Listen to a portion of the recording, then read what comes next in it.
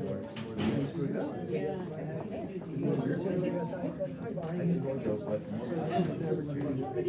you an expert at YouTube? No. I've set up a YouTube. I was talking to Harshita, and I've set up a YouTube page for all my classes automatically, so I can live stream all my classes. Okay. Wait, why are you doing that instead of our Zoom class, where we have a little bit more control over? I'm doing them through Zoom. Okay. I'm live streaming them anyway. Okay. Good morning. Good morning. That was weak. That was weak. Let's try again. Good morning. Good morning. I love it. Hi guys, how is everyone? Good. Good. Thank you, Alex. Do we have some wins and gratitudes? I love starting off that way. We're missing Eric today. He's on a houseboat, hopefully having the time of his life. I'm sure that's what he would share as his bit of winning and gratituding is earning that trip for himself. But here we are. Yeah, go ahead. Well, this is kind of like, you all have the expression of living vicariously through some people. Yes. Well, I do that to my son. Okay. I think some of you might have met him, Nick. He's 24 years old, and he works down in Hollywood and all that stuff. He does film editing and stuff. And last week, or a week and a half ago, he was in Vegas filming the NBA cheerleaders dance competition. Okay. To which I said, and you get paid for that? Anyway, so they worked their butts off during the day, and they had an open bar at night. So the tequila, everything was flowing. He thought he had 2 days off after. So he could drink, he could work, no problem. Gets a text the following morning from a company he's worked for before. We'd like to fly you to St. Lucia. Yeah, I don't know if you ever heard of St. Lucia. Oh, yeah, I've been there. To help us with the filming of The Real Housewives of Beverly Hills. Okay. So he calls me and says, Dad, what do I do? What do you do, buddy? You go. You go. I mean, being 24, and I would have said, forget about it. Anyway, he did go. It was a remarkable time. He said they're all stuck up, tons of Botox. Shocking. Okay, but he said that the native people were just wonderful, and he had a beautiful time, and he's glad he went, so I'm feeling good for him. Awesome. Very cool. Yeah, thanks for sharing. Any other wins or gratitudes? Quiet. Quiet. Well, all right, I'll share one on behalf of the office then, if I got it right. So in July, you guys earned $1.23 million. That is a remarkable number. That is your money. That's the gross commissions that this office earned. Just to put that in perspective, there's only 1 month in the history of this office where that number was higher. So this was the second most earning month that this office has ever had. So huge congratulations. And yeah, I think it goes to show, like, we are not seeing these numbers in other offices. I've been talking with a lot of other owners, and July was not a great month for them. It was for you. So great work. And Jasmine, do you have candy to throw at people? Oh no! Oh, that's okay. All right.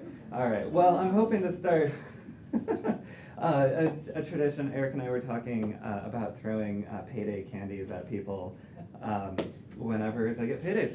But here's sorry. This is just a comparison of where this month fell compared to the last 15 years for this office. So we're at 1.226.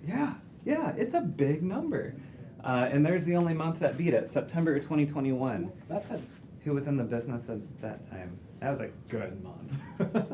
That's a 50% jump from the previous month. Yeah. What do you? So why is that? Yeah. Why did we see a giant jump in July?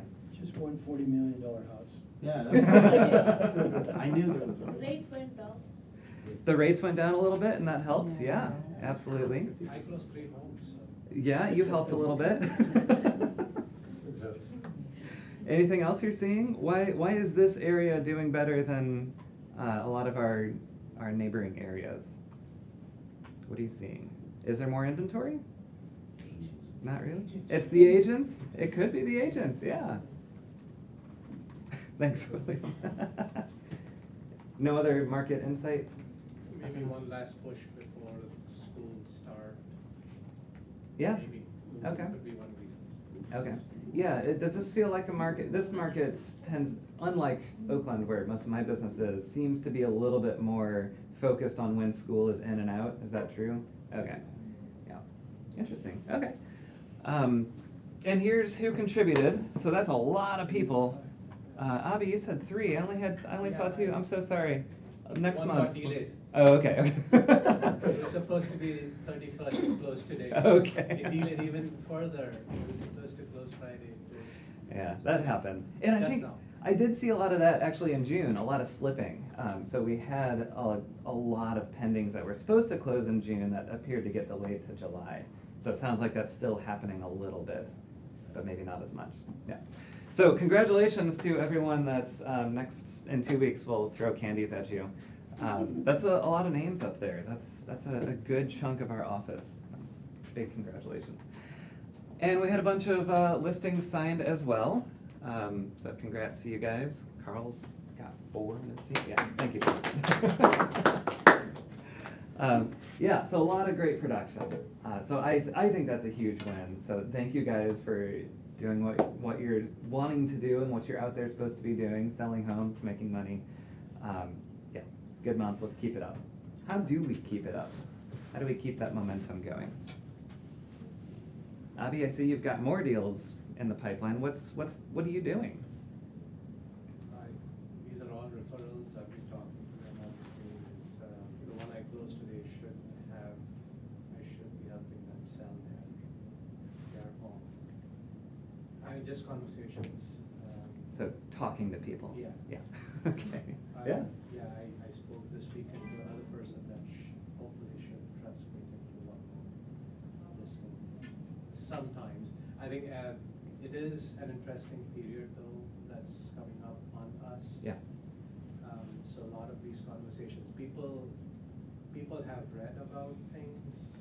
Yeah. That doesn't mean they know about things, even though they feel they know about things. So there's a lot of misconception, there's a lot of, so a lot of the conversations have been about that. It's also been about, is this the right time, things like that. So we'll see how the next few months unfold. But yeah, there's been conversations going on. Okay. So talk to people. Be of value. Be a resource. It sounds like you've got a lot of curious people in your sphere as well. Curious who are semi-serious. Yeah. Okay. I mean, curious about like the headlines that they're reading. Yeah. Yeah. Okay. So we'll see, but yeah, there's been, I think, some dropped off, so there's been that as well, so Yeah. it's, the next few months are gonna be interesting. Yeah. Okay. Very cool. Hi, Carl. You have any, I saw you close a bunch of deals last month and signed a bunch of listings. What are you seeing? Oh, just to get you updated real quick. We closed a lot in July, this office did, 1.2 million in GCI. And so the question was, what attributed to that and how do we keep that momentum going? So do you have any market insight you'd like to add? Just work your butt off. That helps too. Work your butt off, talk to people. That pretty much sums it up. We've just really gone back to basics. Yeah. And I think we closed 9 in July. That's the next slide. So far, set for August. Yeah, just continue to work, and a lot of prospecting, nothing fancy. We're not spending money on lead gen like Zillow or anything crazy like that. We're also running as lean as we can to the bottom line. Yep. Okay. Great. So back to basics. Talk to lots of people. Yeah, if you don't have 200 in your database, get them in there by the end of Work. this week. Yep. End of this week. I like the deadline to that. Awesome. Thank you. Yeah, there's your 9 up there, Carl. Okay, cool. Let's run through some events and then we'll talk about. It sounds like we had a big turnout at yesterday's contracts class with Eddie. Who was there? Hands up. Okay.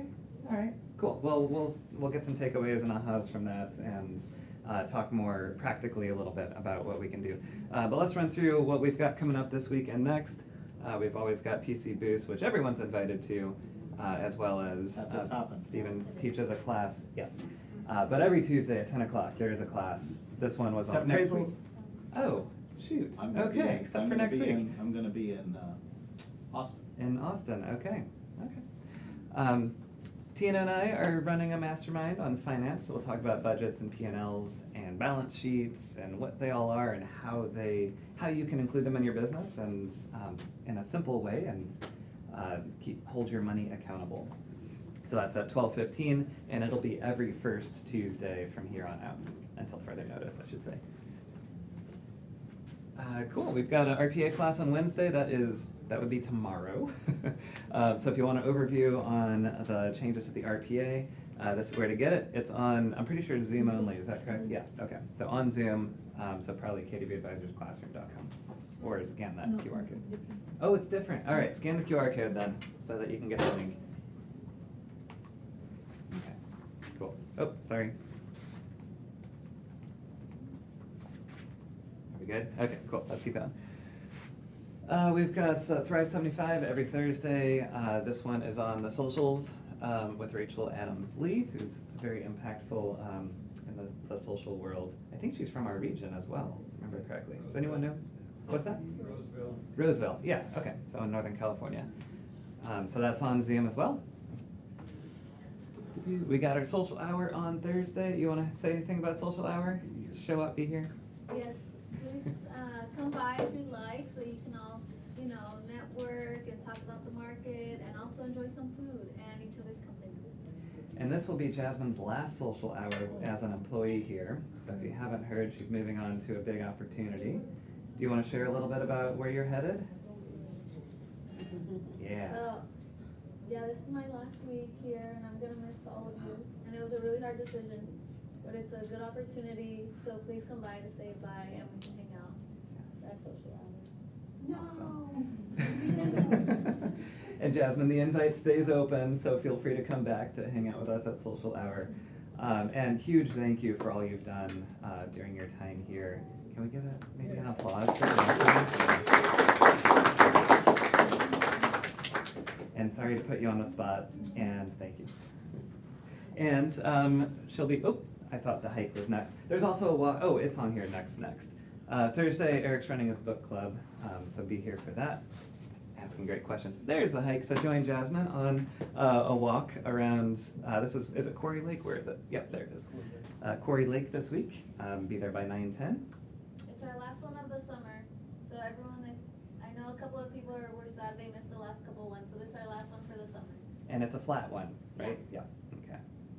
Cool. Got some pictures happening. Awesome. Okay. All right. And then next week, so real quick, we've got a bunch of us that are out at Mega Camp next week. So Eric and I will be there, and I know there's a handful joining us. Stephen, Preet. Who's going? Quick show of hands. Okay. Sangeeta. Okay. All right. And Mahi. Yeah. Okay. And Eric as well. So that's where Eric and I will be, but we'll be available via text if you need us. But we also have on Monday, State of the Company. This one is actually a BRLG update on Monday, if I understood correctly on our call this morning. And then the following Monday, we'll have a Mega Camp debrief and best practices. That's what I heard for Harshita's. Yes? Go ahead. That's okay, but the link was the same. Yeah, I believe it is the same link. That's And what I did recall, I know that. yeah, and it's at noon on both Mondays. So this coming Monday is BRLG, talking about contracts. Next Monday we'll do, or the following Monday rather, which would be the 19th, we'll do a Mega Camp debrief, takeaways, ahas. Cool. Eddie's teaching his disclosures contracts class next Wednesday. You'll be seeing a lot of contracts and disclosures classes. We're gonna keep it going and drill it in to all of our heads with this the new way of doing business. I see people scanning, awesome. So that's next Wednesday. This one's Zoom only as well, 10 to 1. That's a long one. Marketing, Tri-Cities Marketing is always on Thursday. Show up, hang out with Eric, meet some agents, network. We've got Aaron Lacey on Zoom only. That's next Friday, 11 to 12. So check that out. And then we also have, let's talk about this for a second. We're trying something new. We're taking over Stephen's PC program. This is 2 weeks from today, August the 20th. Anyone's invited. This is especially a valuable event, I hope, for those that might be struggling in our current market. So we're going to take the time to do some role play, some motivation, some team building, get to know each other a little bit better as well, and then actually get in there and lead generate together. So if you are in need of a energetic, team building, productive environment, let's try this out, and I'm hopeful that it will be very successful. I'm sure it will be, and then we can bring it more impactfully to a larger group the following month. But if that sparks any interest, please show up on August 20th at 9 a.m. sharp. We'll try to get some, I'll bring in some donuts or something, keep us fed. All right, thank you. Okay. All right, Tony G. So he is coming to teach digital mastery. We're actually moving, we confirmed we're moving the location? You don't know? You said yes? Okay. Okay, we're probably moving it to this office. So right now there's the QR code to register. It says the Downtown Fremont Event Center, but stay tuned, or just stay in touch and we'll keep you updated. So he's coming, he's from SoCal, I believe, and a big agent down there, and has created quite a following in what he does. So he's here in person, live and in person. Cool, and then Alex and I finally got on the calendar to run our wealth building mastermind, as part of our ALC committees, or we decided to call them masterminds. So that will be the 4th Tuesday of every month. So if you want to come talk about wealth, that's the time, 12:15 every 4th Tuesday. And we'll keep it nice and tight and focused, and have some great conversations. So I hope to see you there. You have anything to add to that, Alex? No, I mean, that's the reason why we've gone into this business, right? It's not just to help other people purchase properties, but it's also to build our own wealth. Yes. Be able to build our own passive income. Right. So we'll be talking about things outside of us selling real estate. We'll be talking about buying and holding and flipping and other investment strategies and tax planning and estate planning and all that good stuff. Yeah. One topic at a time. All right, and then we've got, oh my goodness, I'm drawing a blank. What's his name? Where is it? Sorry. That's okay. I know that guy. Anywho, we've got Secrets for Realtor Success. So this is lead generation. It'll be a workshop-y type thing, not about cold calling, and not about social media skills. So actual tactics where we can reach out to our people and be of value. So that is coming on August the 30th on Zoom only. Cool. All right, August 12th, what's happening? What's going to happen on August 12th? The BRLG thing at noon. The BRLG thing at noon, thank you very much. The MLS, what happens to the MLS? Yes, so a lot of things happen. Compensation fields in the MLS go away on the 12th. Yes. What else happens on the 12th? Well, you said new concession field, checkbox to say that a seller is willing to offer concessions. Yep. What else? There's another checkbox. Probably. Updated. I don't know. Disclosures class with Eddie Brand. There's probably a disclosures class. Very good. No, so that is everything related to the NAR settlement goes into effect in our MLS, so our board, on August the 12th. So while the national settlement is supposed to be in place by the 17th, which is a Saturday, our board, our Bay East, has decided to do the 12th. So not only will commissions go away in the MLS, not only will that new checkbox be added, but that is also when our buyer representation agreements are required prior to entering a property. Yeah, that's all on that day. So it's a big day for us. So let's talk a little bit. Boop. Okay. Did I miss one? Oh yeah, okay, so here's my quick little rundown for what to talk about. So buyer-broker agreements. I assume this is a change for many of you, but not all of you. Some of you get buyer-broker agreements signed when you first start working with buyers. The rest of you will need to. Is it, see, I don't know, I view it as an opportunity. Like, it's a time to create a stickiness and loyalty and be of value in ways that maybe, personally, maybe I've been a little bit lazy about in recent years. And so for me, I think it brings back into play really good business practices where we're upfront sealing the relationship between a buyer and myself and agreeing upfront on how I'm going to get paid. So that is, for me, that's the opportunity side. I assume there were some takeaways from the class yesterday around the buyer representation agreement. Does anyone have an aha to share with the group for the rest of you that weren't here? Is it true that there were 30 people here yesterday? Yeah, yeah. None of you, though? Surely somebody's got something to say. Yeah, Tina. I wasn't there at the training, but I just want to add, I think it's a lot easier to get buyers to sign buyer representation agreements because in the form itself, it specifically says a requirement, the NAR requirement Yes. before visiting a property. So you could just show them that passage on there and they know that's the law, so. Yeah, that helps. Absolutely. Like, because they can't go to another agent and not sign it. Like, it is a requirement of anyone who has that realtor designation and is a part of NAR, which is a huge vast majority of agents in this moment. So as far as the buyer broker agreement goes, there's two versions. Anyone want to highlight the difference between the BRBC and the PSRA, which I couldn't find this morning because that's a new acronym too. Yeah. I think the PSRA is like for 3 properties. Yeah. It's just temporary, or it's the dating period. It's the dating period. I love that.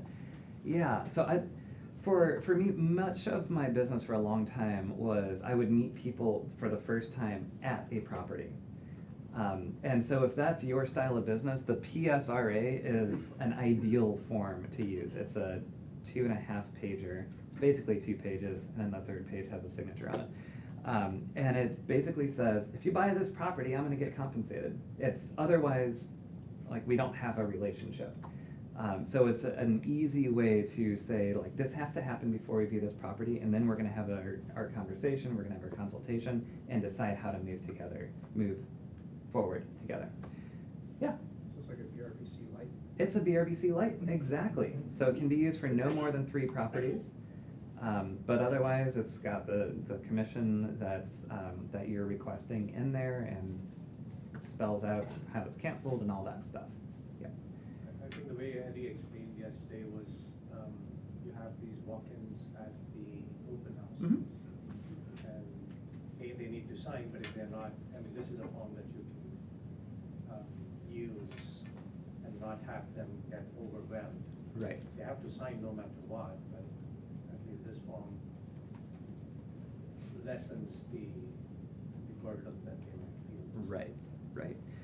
Yeah, absolutely. So if you're looking to create an agency relationship at an open house, this is also the easy way to do that. It's separate from the open house sign-in form, OH, some letters, some 4-letter combination.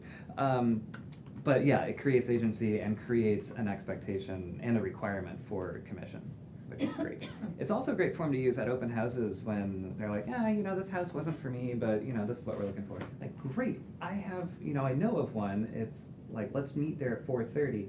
Let's sign this 1-pager. So this is the PSRA is a great form to just have a handful printed out and do people carry around papers anymore?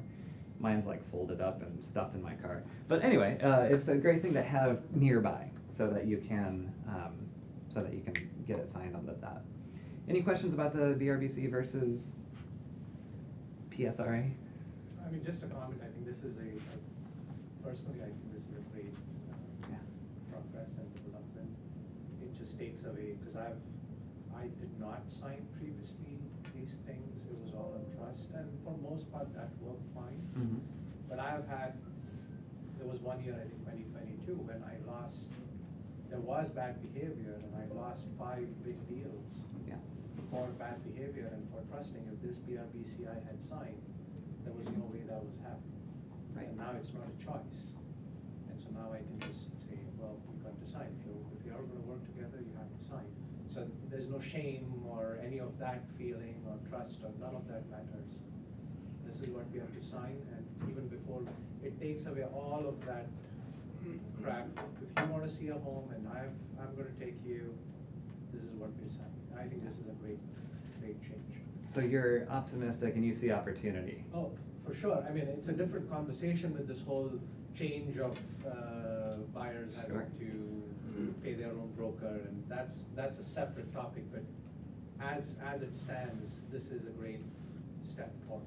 Do you think that mindset that you have around this, the optimism, is impacting how big your business is becoming? To be seen. Okay, okay.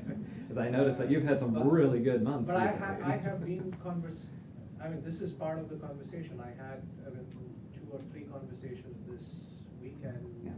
since last Friday. And this is part of it. I mean, I mean, I'm talking about it, Yeah. trying to explain my best of what these changes are. The BRBC is part of it. Yeah. So I'm not shying away from it. Thank you. Yeah. Yes, sir. Yep. We're spending a lot of time as agents and you as managers getting educated about this. Mhm. And it's time well spent. Now our challenge is educating our clients. Yes. Or potential clients. Because they've all heard stuff is going on, they have no clue what's really going on, and it's our job to educate them. And that's what we need to do to be successful. Absolutely, thank you. Yes, so how do you take the knowledge that we're gaining and turn it into practical conversation skills? You sit down with those people, you make an appointment with them, Mhm. and you provide them with the things that you do, your value proposition, and convince them that they need you. Yeah. And to work with you, they need to sign this form, which you will go over with them, which you will explain to them. And one of the important things that you will explain is that you need to make a living too. Right. There's money involved here. Yeah. Let's chat about that also, and let's nail that down. Yeah, thank you. Yeah.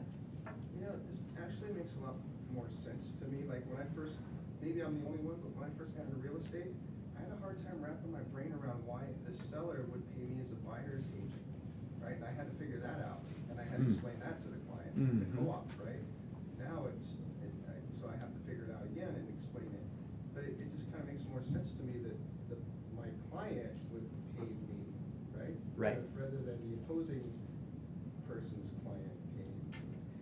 Right, yeah, it's a clearer, even if the obligation is passed along to the seller, yes, it's clearer you're showing value to your client, Right. and therefore that's who the agreement is with.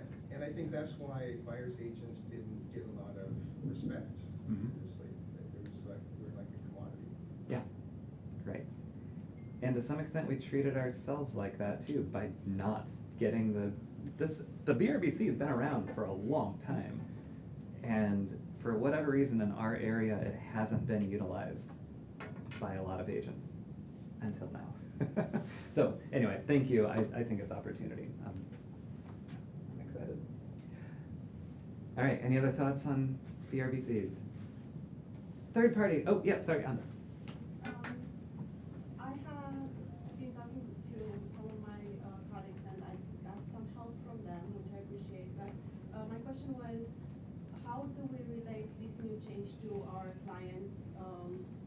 And if there are any official infographics or easy way to tell them besides just sitting down and going through all the forms, like to have a summary of everything that's going on, even at the open house, people maybe not know.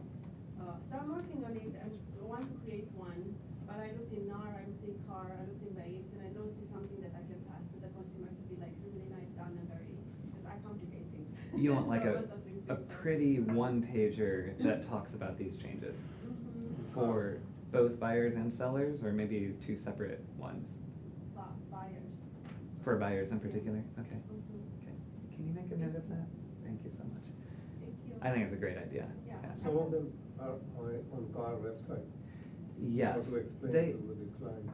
yes, and I assume your challenge with cars is that it's wordy and long, and maybe I not didn't pretty? see something for Oh, okay, consumer, okay, for just to clients. okay, and it is consumer facing, Ellen?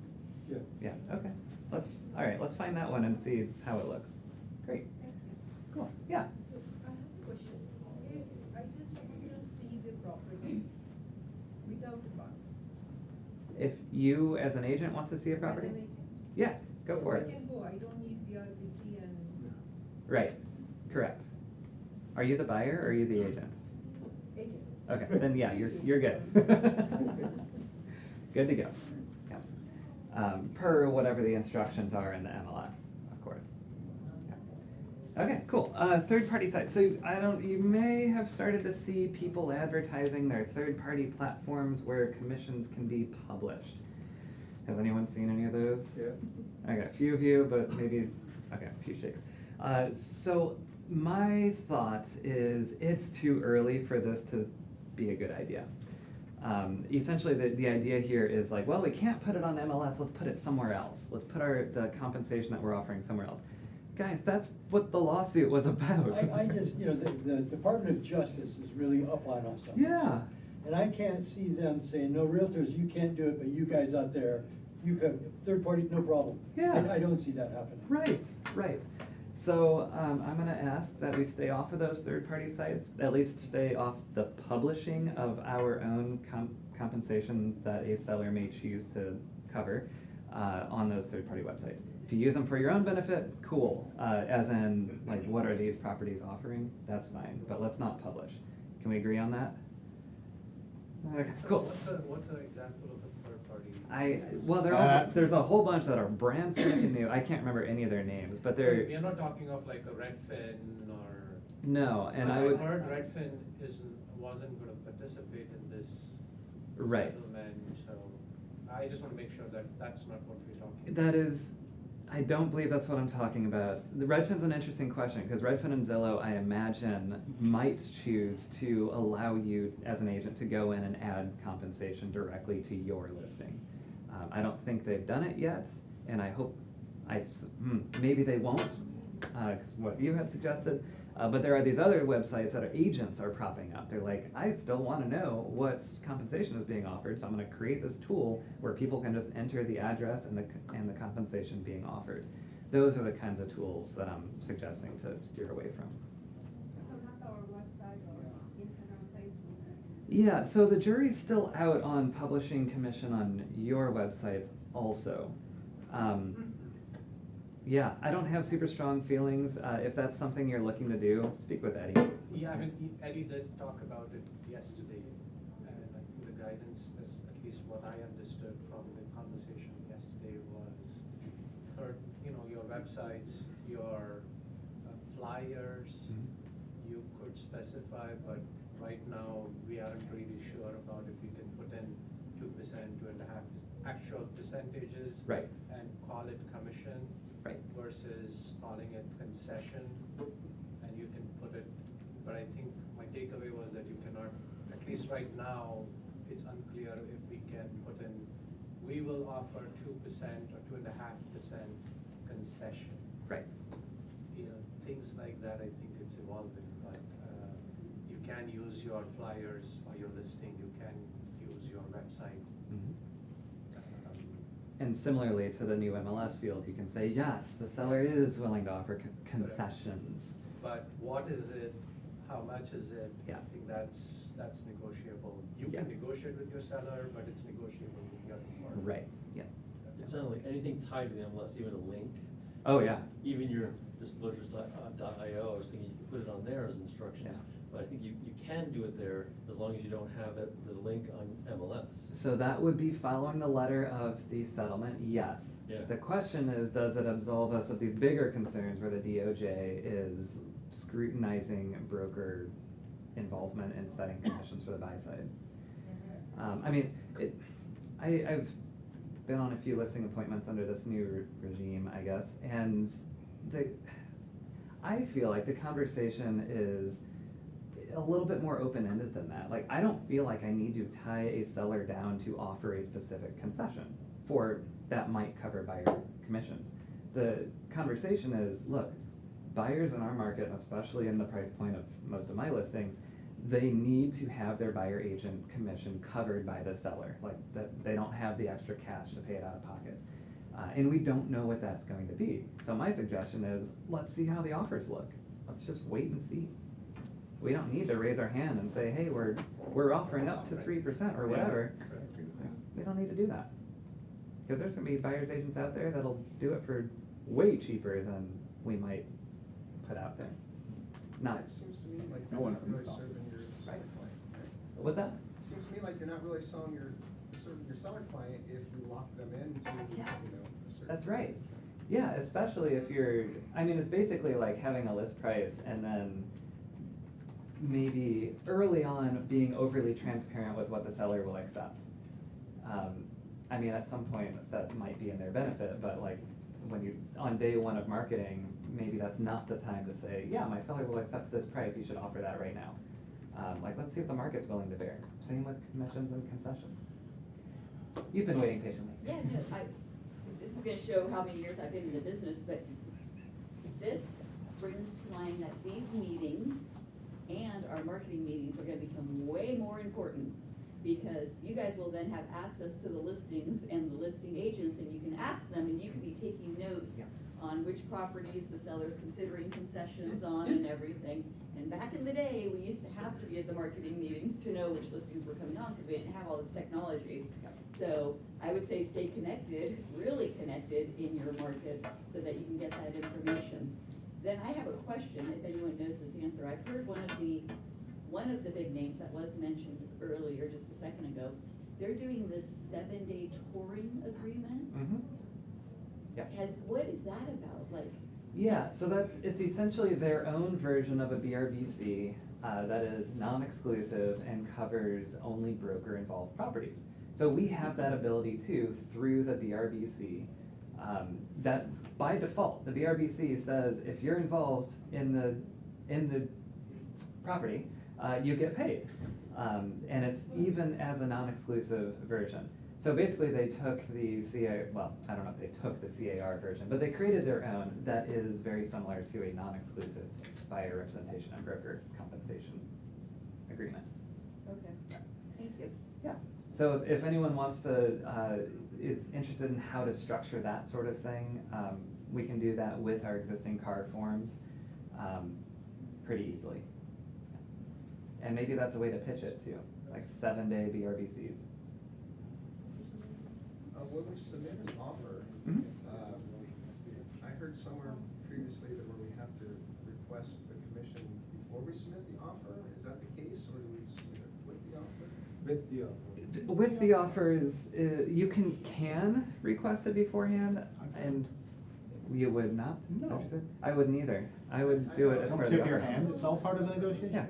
Well, so I think I had the same confusion, because there was a time where we were being told that we have to talk about the commission before we tour and know how much we're getting paid before we tour and offer. So that's what I'm like, why would anybody, like, why would a seller negotiate what they're going to pay before the offer? Because my seller would say, well, I'm willing to pay 2.5 or even 3% if you give me a great offer. Sure, Like, yeah. So, Right. yeah, I think that's where the confusion came from. And it might vary a little bit based on the scenario, but generally speaking, I suspect most of us are going to mark the box in 3G3 of the RPA to pass along whatever the buyer's obligation is to the seller. And remember, like, whatever the buyer's obligation is, you can't get paid more than that.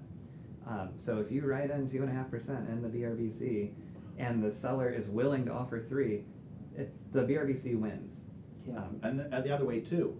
If your BRBC says 3 and they agree to pay 2.5, your buyer's on the hook for half a point. Right, and that would be done in a counteroffer scenario to get crystal clear, because the offer is going to be for the whole 3% by marking 3G3. And then the seller has to come back and say, no, I'm only gonna cover this much. And then you say, great, I'll only pay this much. You know, I think this just highlights the confusion in general. We still have to remember that the old way can still work. The seller can still offer to pay, Mhm. and you will get that through their broker in writing. Mhm. And then if you go into contract, they're obligated to pay that amount. Or you can ask through the contract, Mhm. which they can accept or not accept, you negotiate. So there's still a lot of stuff going on. Yes, and even under the first half, where the seller agrees in advance to compensate a buyer's broker, it's still capped at whatever your agreement is Oh, with yeah, your buyer. that's- Just to yeah. be clear on that front. Cool. All right, where are we? Multiple offer tool. So one thing that's going to come up as we're taking listings is we have multiple offers, and they're all going to include potentially drastically different amounts of compensation paid to the buyer's agent. Some are going to pass along 0 obligation to the seller. Some are going to pass along 3%. Some are going to pass along a flat $5,000 or whatever. And so it's potentially going to be a little bit more challenging to compare offers side by side. So we've created, a tool where you can enter each offer. Some of you might already have a tool that you've been using if you've been in the business for a long time. But here's one. You can just use this. This is actually going to take you to a Loom video, so you can learn about how to use the tool, and then there's a link at the bottom to make your own copy of this spreadsheet. But essentially, if you fill out the whole thing, so you can look at each offer row by row and compare them, and then there's also an ability to view net sheets for your estimated net sheets for your sellers under each different scenario. So the big one that's new and different is going to be how much the buyer's agent, how much the seller is going to contribute to the buyer's agent's commission, which in this example they're all kind of pretty close numbers, but they could be wildly different. Yeah. Is this on, portal? Yes, it is. Yes. Do you remember where on the portal? I found it the other day. Resources? It's under compliance and then advisories. Okay, so under compliance. Sweet. Thank you, Joe. Yeah, you're welcome. And last, MLS. So right now, for the rest of this week, our MLS has compensation in it. So just wanted to let you know what this office is doing for you. We're exporting on Sunday night the entire MLS, well, within whatever limits, I think we're limited to 10,000 listings at a time, the entire active inventory, because what it will give you, here's a little glimpse, it will give you the current compensation amounts to the buy side. So while this goes away and is no longer binding between the listing broker and whoever ends up buying the property, it does give us a great indication of what the seller is willing to do. So when we look at Kiki's listing on Langdon, we know that she already had a conversation with her seller that said that they would be willing to pay 2.5%. So when we go write an offer on that listing, we have a pretty good idea that we could pass along 2.5% and not impact our ability to buy the house. Does that make sense? Yes? And you are doing the offices and are they sending it to us or? Yeah, we'll send out a link to the giant spreadsheet. This will be perfectly up to date the second it's sent out, and then it's immediately old news. They'll go pending, they'll sell, and then over the next 30 days or so, this will be nearly worthless. But what it will do is allow us to bridge what the next few weeks looks like. Yeah. So will it cover only Fremont or any other? It's the whole, the nearest 10,000 listings.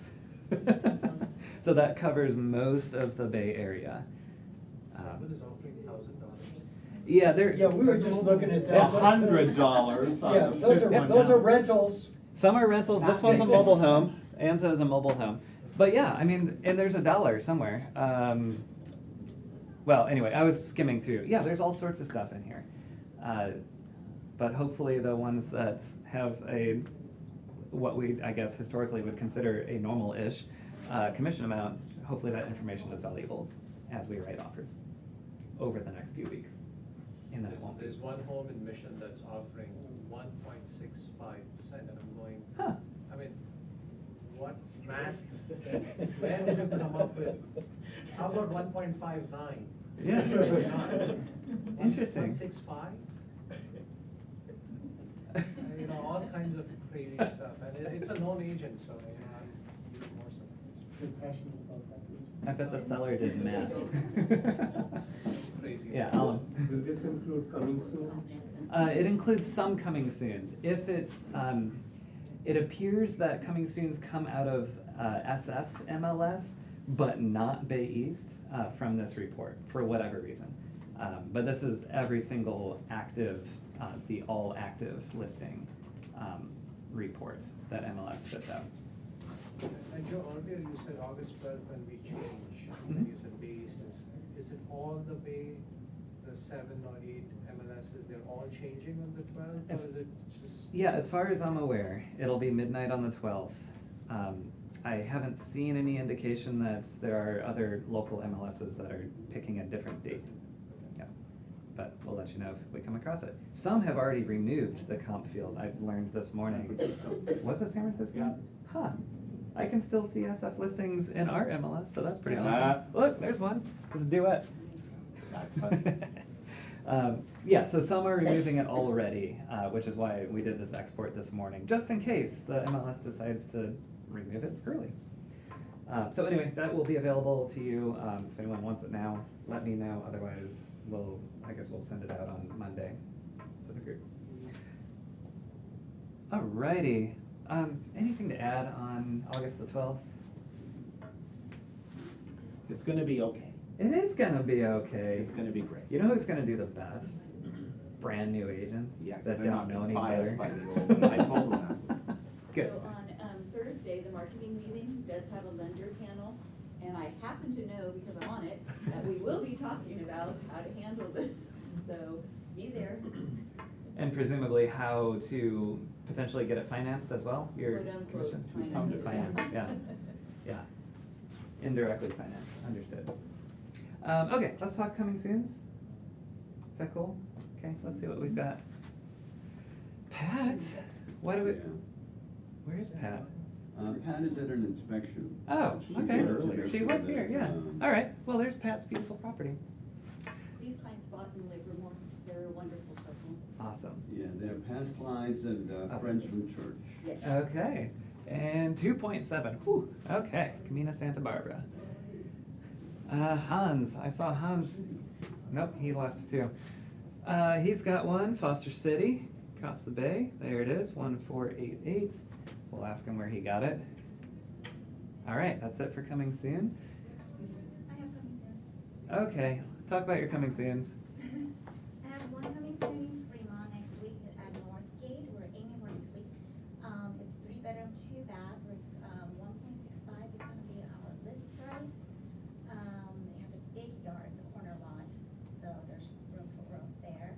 I probably have another listing coming in San Francisco. We're just working on the details.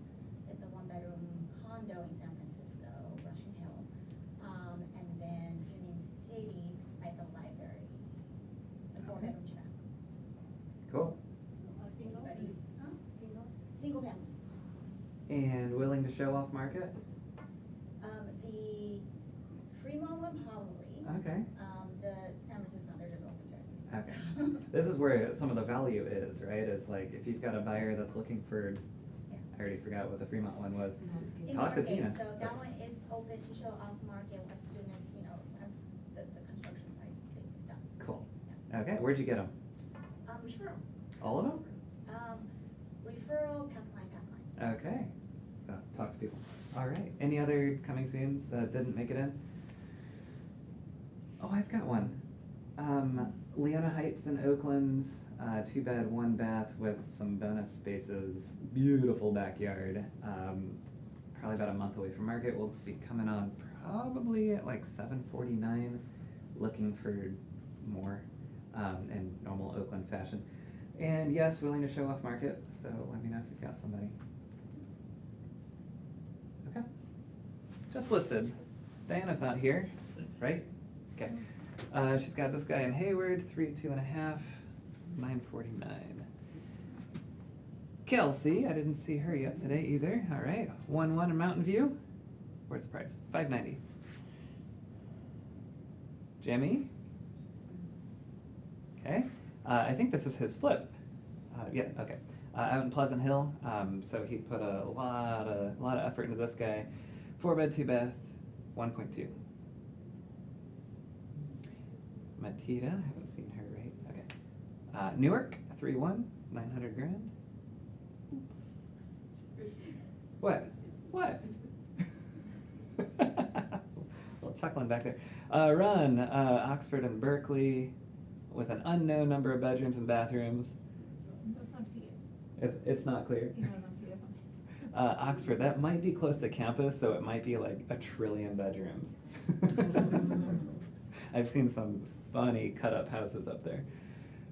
All right, and Carl's got a few in Sacramento. Anyone from his team? Okay. I think it's a 4-plex. I saw 2 4-plexes in Sacramento, so 880, and there's another one, also a 4-plex, 880 in Sacramento. And then he's got this one in San Leandro, 228, another 880. All right, lucky. It's 665. This one is? Yeah. Okay, 665. I was gonna say, that's a very consistent pricing. All right, so if you've got any buyers for those, talk to Carl. Ricardo's got this one in Gilroy, 33900. Okay. Who sells in Gilroy? Okay. That's really far for me. Have we seen Steven today? Yeah. All right. Who's having trouble getting He is houses not here insured? today. He's in Oakland. I noticed that he's not here. Yeah. He didn't think he was going to be here. I saw him last night. Oh, weird. I got an email from him that said he's going to be here. All right. Maybe he's on his way. Well, I don't need to give his pitch. He's awesome. He's awesome. Yada, yada, Great, yada. great. Yeah, is anyone having trouble insuring homes? No? Cool. Okay. Well, that was a short conversation then. I find it prudent to, if you're writing non-contingents, to get an indication of premium ahead of time. Just ran into, still negotiating a half under construction house that is gonna cost about 20 grand a year to insure. And it's not finished and won't be for like 3 years. So that's a prohibitive expense. So do your research in advance. Call Steven or email, how do I undo what I just said? There we go. Email KWAdvisors@greystoneinsured.com and they can send over a premium indication, just to give you an idea.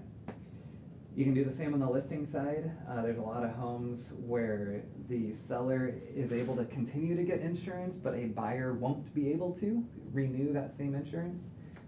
And so while your seller might be paying $2 grand a year to cover their $2 million property, a buyer is probably gonna pay multiple times that. So again, get an indication of premium before you start writing your non-contingent offers.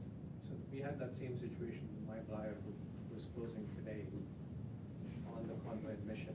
Yeah. Seller is with Farmers paying 1,200. Farmers obviously doesn't do any condo insurances anymore. Yep. Condo ownership. So the only one AAA that he has on his current condo won't do anymore because they are maxed out. Yep. They have stopped. Mm. So Stephen did that one. And then as we soon when we sell his condo, we will have Stephen provide, because AAA is covering but not for new ones. Yeah. So Right. we will have Stephen provide that. Right. Take one variable. Yeah, so you can do that when you're prepping the listing. I think that's what you're saying, is have a bindable Yeah. insurance bid that you can put right in your disclosure packet. Yeah. Be upfront about it. Yeah. E&O, we just renewed our E&O policy, so the evidence of insurance, I've been getting this question a lot, so I'll say it out loud. Evidence of insurance is on the portal under, I think it's legal and compliance, E&O. So if you need it for anything, Google My Business is the most common requester of that. There it is. The policy is largely the same as last year's policy, like the actual nuts and bolts of it. So we actually don't have the full new policy yet, just the evidence. So use last year's policy if you want to look up the exclusions and inclusions and exemptions and all that stuff. All right. This was fun. Thank you guys. I think we're good. Oh my goodness. 4 minutes early. What are we gonna do with ourselves for 4 minutes? Let's go out and sell some more houses and have another record-shattering month. Does that sound good? Cool. Awesome. Thank you so much.